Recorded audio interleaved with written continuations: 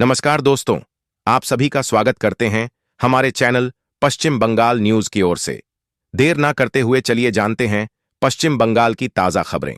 अगर आपने अभी तक हमारा चैनल को सब्सक्राइब नहीं किया है तो जल्दी से सब्सक्राइब और वीडियो को लाइक करें ताकि हमारी सारी खबरें सबसे पहले आप तक पहुंच सके। और वीडियो को कहां से देख रहे हैं कमेंट में जरूर बताएं। किसान भाइयों के लिए बड़ी खुशखबरी, सभी किसानों के खाते में जारी हुआ 22वीं किस्त। प्रधानमंत्री किसान सम्मान निधि योजना छोटे और सीमांत किसानों के लिए बनाई गई है। इसके तहत सरकार हर साल कुल 6,000 रुपये की मदद देती है। यह राशि 3 बराबर किस्तों में दी जाती है और हर बार 2,000 रुपये सीधे किसान के बैंक खाते में 2,000 रुपये की मदद देती है। पश्चिम बंगाल ने उत्सव और प्रार्थनाओं के साथ किया नववर्ष का स्वागत। पश्चिम बंगाल के विभिन्न पर्यटन स्थलों पर बृहस्पतिवार को नववर्ष का स्वागत करने के लिए बड़ी संख्या में लोग एकत्र हुए। बंगाल के लोगों ने वर्ष 2026 की शुरुआत का उत्सव मनाया। राजधानी कोलकाता में कड़ाके की ठंड के बावजूद लोग अलीपुर चिड़ियाघर, इको पार्क, निक्को पार्क और विक्टोरिया मेमोरियल पहुंचे। रामकृष्ण मठ के वार्षिक धार्मिक उत्सव कल्पतरु दिवस मनाने के लिए श्रद्धालु काशीपुर उद्यान बाटी और दक्षिणेश्वर काली मंदिर में बड़ी संख्या में एकत्र हुए।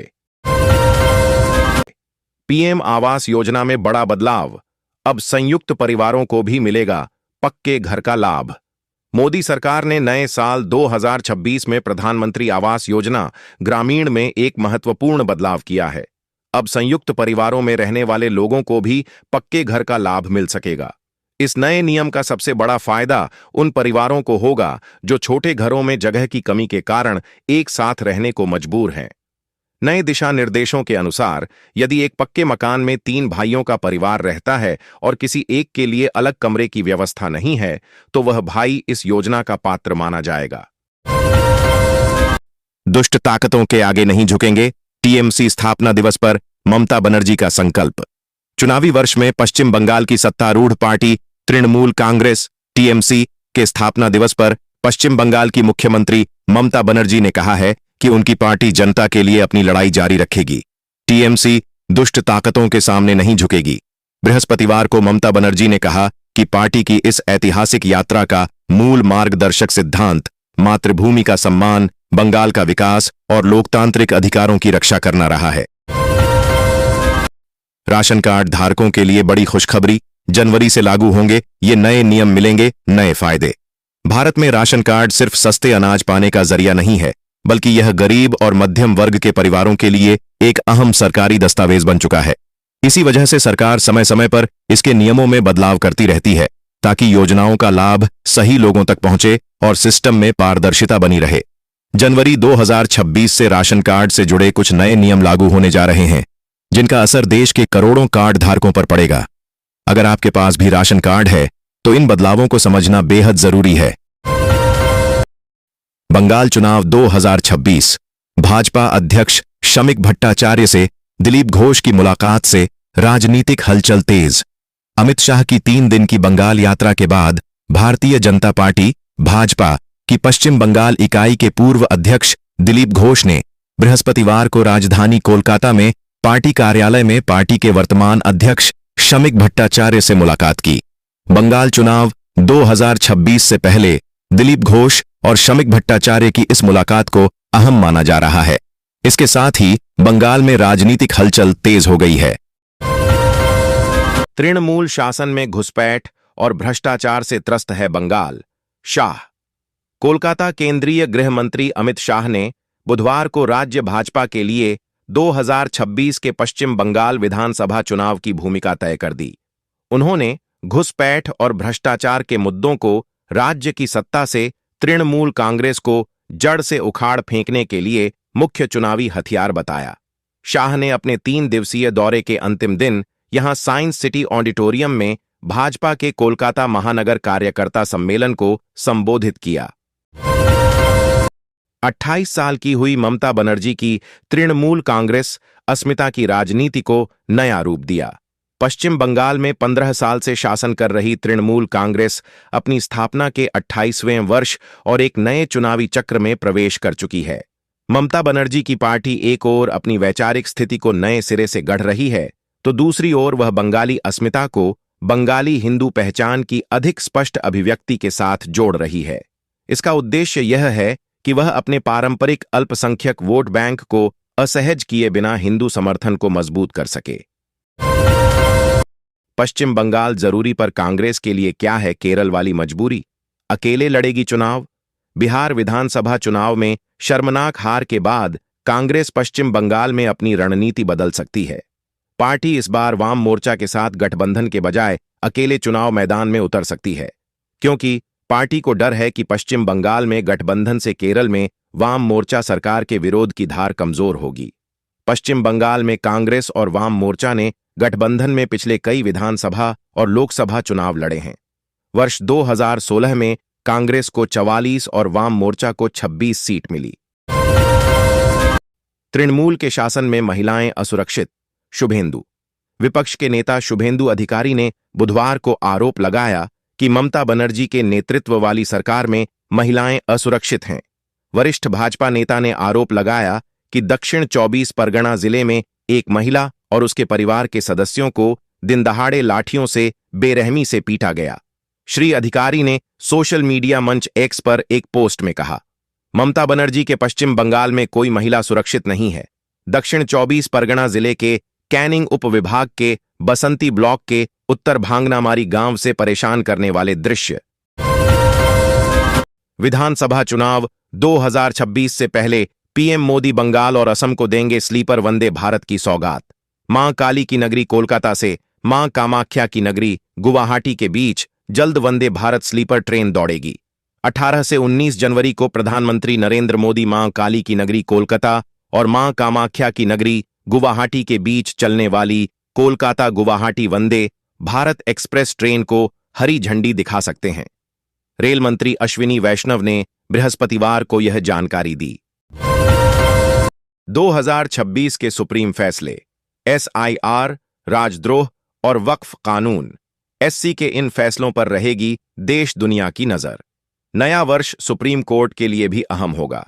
सुप्रीम कोर्ट में मतदाता सूची के विशेष सघन पुनरीक्षण, एसआईआर, राजद्रोह, वक्फ कानून, ऑनलाइन गेमिंग, महिलाओं के धार्मिक स्थलों में प्रवेश पर पाबंदी, मुसलमानों में प्रचलित विभिन्न तरह के तलाकों में मनमाना रवैया, आवारा कुत्तों का आतंक जैसे कई महत्वपूर्ण मामले लंबित हैं जिन पर इस वर्ष लोगों की निगाह रहेगी। इन मामलों में आने वाले फैसले कानूनी और सामाजिक रूप से व्यापक प्रभाव डालने वाले होंगे। 18 को मालदा में सभा कर सकते हैं पीएम मोदी। प्रधानमंत्री नरेंद्र मोदी पश्चिम बंगाल में अपने चुनाव अभियान का आगाज 18 जनवरी को मालदा से कर सकते हैं। मालदा को उत्तर बंगाल का प्रवेश द्वार माना जाता है और यह मुस्लिम बहुल आबादी वाला क्षेत्र है। भाजपा सांसद खगेन मुर्मू ने बुधवार को कहा कि पार्टी ने प्रधानमंत्री कार्यालय को उनके बंगाल दौरे के लिए 18 जनवरी की तारीख तय करने की जानकारी दी है। दौरे की मंजूरी मिलने के बाद आसपास के 4 जिलों के पार्टी नेताओं को भी बुलाया जाएगा।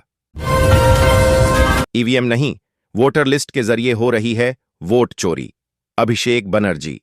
तृणमूल कांग्रेस के राष्ट्रीय महासचिव और डायमंड हार्बर के सांसद अभिषेक बनर्जी के नेतृत्व में पार्टी नेताओं के प्रतिनिधिमंडल ने बुधवार को नई दिल्ली में मुख्य चुनाव आयुक्त सीईसी ज्ञानेश कुमार से मुलाकात की। मुख्य चुनाव आयुक्त के साथ हुई लंबी बैठक के बाद अभिषेक बनर्जी ने पत्रकारों से बातचीत में निर्वाचन आयोग की कार्यप्रणाली पर गंभीर सवाल खड़े किए।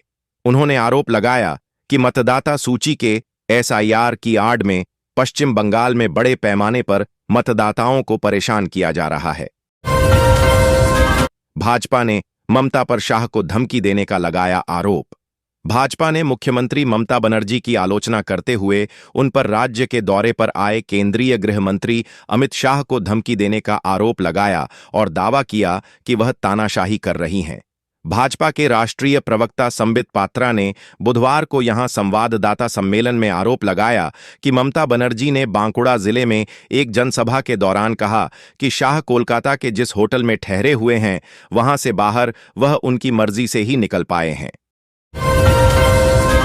ऑपरेशन सिंदूर के बाद पहली बार ऐसा, भारत पाक ने न्यूक्लियर ठिकानों की लिस्ट एक दूसरे को। 3 दशक से ज्यादा पुरानी परंपरा को जारी रखते हुए नए साल के मौके पर भारत और पाकिस्तान ने गुरुवार 1 जनवरी 2015, 2026 को अपने अपने परमाणु प्रतिष्ठानों की सूची का आदान प्रदान किया है। विदेश मंत्रालय ने बताया कि दोनों देशों के बीच सूचियों का आदान प्रदान नई दिल्ली और इस्लामाबाद में कूटनीतिक माध्यमों से किया गया। इस सूची में भारत पाकिस्तान के बीच परमाणु प्रतिष्ठानों पर हमले के निषेध संबंधी समझौते के अंतर्गत शामिल प्रतिष्ठानों को शामिल किया जाता है। नए साल पर पाकिस्तान ने शुभकामनाएं नहीं धमकी भेजी। आसिम मुनीर ने भारत को लेकर क्या कह डाला? नए साल की शुरुआत में ही पाकिस्तान ने एक बार फिर आक्रामक तेवर दिखाए हैं। पाकिस्तान के सेना प्रमुख जनरल आसिम मुनीर ने भारत का नाम लिए बिना कड़ी चेतावनी देते हुए कहा है कि पाकिस्तान की क्षेत्रीय अखंडता का प्रत्यक्ष या अप्रत्यक्ष रूप से उल्लंघन होने पर ठोस और निर्णायक जवाब दिया जाएगा। यह बयान ऐसे समय आया है जब पाकिस्तान खुद आंतरिक अशांति और आतंकवाद की गंभीर समस्या से जूझ रहा है। भारत के बारे में बांग्लादेश जमात-ए-इस्लामी के अमीर ने ऐसा क्या कहा कि देनी पड़ी सफाई? 31 दिसंबर को रॉयटर्स को दिए इंटरव्यू में शफीकुर रहमान ने कहा था कि पिछले साल की शुरुआत में बाईपास सर्जरी के बाद उन्होंने एक भारतीय राजनयिक से मुलाकात की थी। रहमान के अनुसार अन्य देशों के राजनयिकों ने उनसे खुले तौर पर शिष्टाचार मुलाकातें कीं, लेकिन भारतीय अधिकारी ने इस बैठक को गोपनीय रखने का अनुरोध किया था। रहमान के इस इंटरव्यू के बाद बांग्लादेश के मीडिया में खबर चलने लगी कि जमात-ए-इस्लामी प्रमुख की भारतीय राजनयिक से एक गोपनीय मुलाकात हुई थी। टैरिफ की दीवार, भरोसे में दरार, भारत अमेरिका के बीच ट्रेड डील कहां-कहां अटकी, असली लड़ाई क्या है? भारत और अमेरिका के अधिकारी साल 2025 में साल भर एक ट्रेड डील फाइनल करने के लिए संघर्ष करते रहे। दोनों देशों के अधिकारी एक शुरुआती फ्रेमवर्क ट्रेड डील बनाने के लिए मुश्किल बातचीत में लगे रहे, जिससे आखिरकार एक बड़े द्विपक्षीय व्यापार समझौते BTA का रास्ता खुलता। लेकिन ऐसा नहीं हो पाया। इस दौरान डोनाल्ड ट्रंप ने पहले भारतीय उत्पादों पर 25% का टैरिफ लगाया और बाद में रूसी तेल खरीदने की वजह से उसे बढ़ाकर 50% कर दिया। अब आगे क्या? आज चांदी 17,000 रुपये सस्ती, सोने में भी बड़ी गिरावट। सोने और चांदी के दाम में बड़ी गिरावट देखी जा रही है। मल्टी कमोडिटी मार्केट MCX पर एक ही दिन में गोल्ड सिल्वर के रेट भरभराकर टूटे हैं। चांदी की कीमत 5 मार्च फ्यूचर के लिए 17,000 रुपये गिर चुकी है, जबकि बृहस्पतिवार को इसमें 16,000 रुपये की तेजी आई थी। MCX पर सिल्वर की कीमत 17,000 रुपये कम होकर 2,34,012 रुपये प्रति किलो है। वहीं गोल्ड की बात करें तो 5 जनवरी फ्यूचर के लिए सोने की कीमत करीब 1,700 रुपये कम होकर 1,34,982 रुपये प्रति 10 ग्राम हो गई है।